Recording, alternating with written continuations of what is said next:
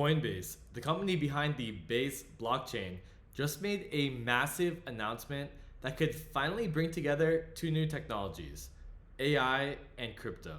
AI has exploded in the last few years, and blockchain technologies have been chugging along, steadily improving for the last decade. But we could finally see these two new technologies merge together.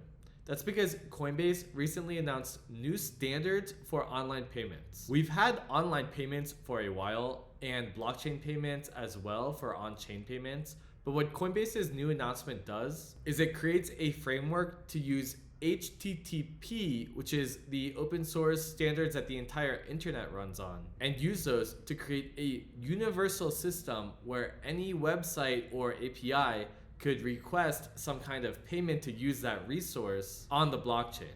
HTTP standards are three-letter codes that define basic internet communication. For example, if you've clicked a broken link to a website before, you may remember seeing a 404 page not found error. HTTP uses three number codes like this to communicate between clients and servers. Code number 402 has been reserved for decades for the payment required error, which signifies that the user needs to make some kind of payment to access the resource that they're trying to access. Even though this has been reserved, it's barely been used at all, with a couple companies like Stripe using it to signify invalid card details, or Shopify using it to gate paid features on their website. But with this new announcement, Coinbase is introducing x402, which creates a set of standards that anyone can adopt to request and send payments directly through HTTP. Let's go through this with the example of an AI agent trying to buy a concert ticket. First, the client, which is the agent,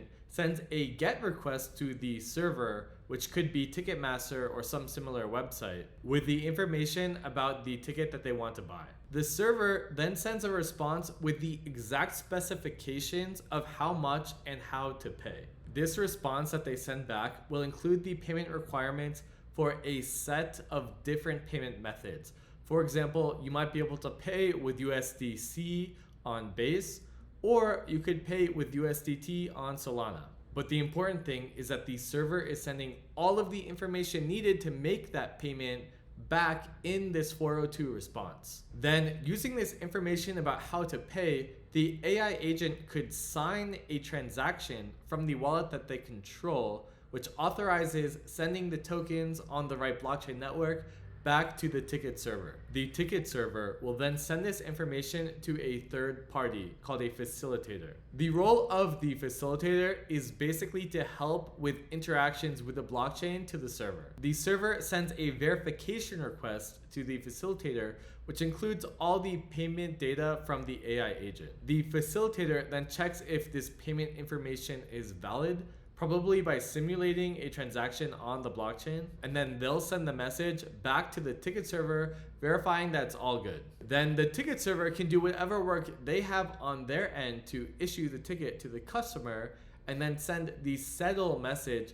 back to the facilitator. The facilitator then sends that signed payment transaction to the blockchain. And then finally, once that transaction is verified on the blockchain, the facilitator will send the all clear back to the server, and the server will do the thing it originally promised to do, which is issue the ticket to the AI agent. One of the beautiful things about the standard that Coinbase made is that it's made to be used with any blockchain. This is actually huge for AI agent payments and the blockchain, and just micropayments on the internet in general, because it could be the infrastructure we need to allow per usage payments instead of monthly subscriptions. It could be used for things like viewing content online, agents paying each other to do some kind of work, or to query some kind of API resource like accessing weather data or using an LLM. Anyway, it's still super early with the x402 standard, and only time will tell if it gains the adoption necessary for it to actually take off across the industry.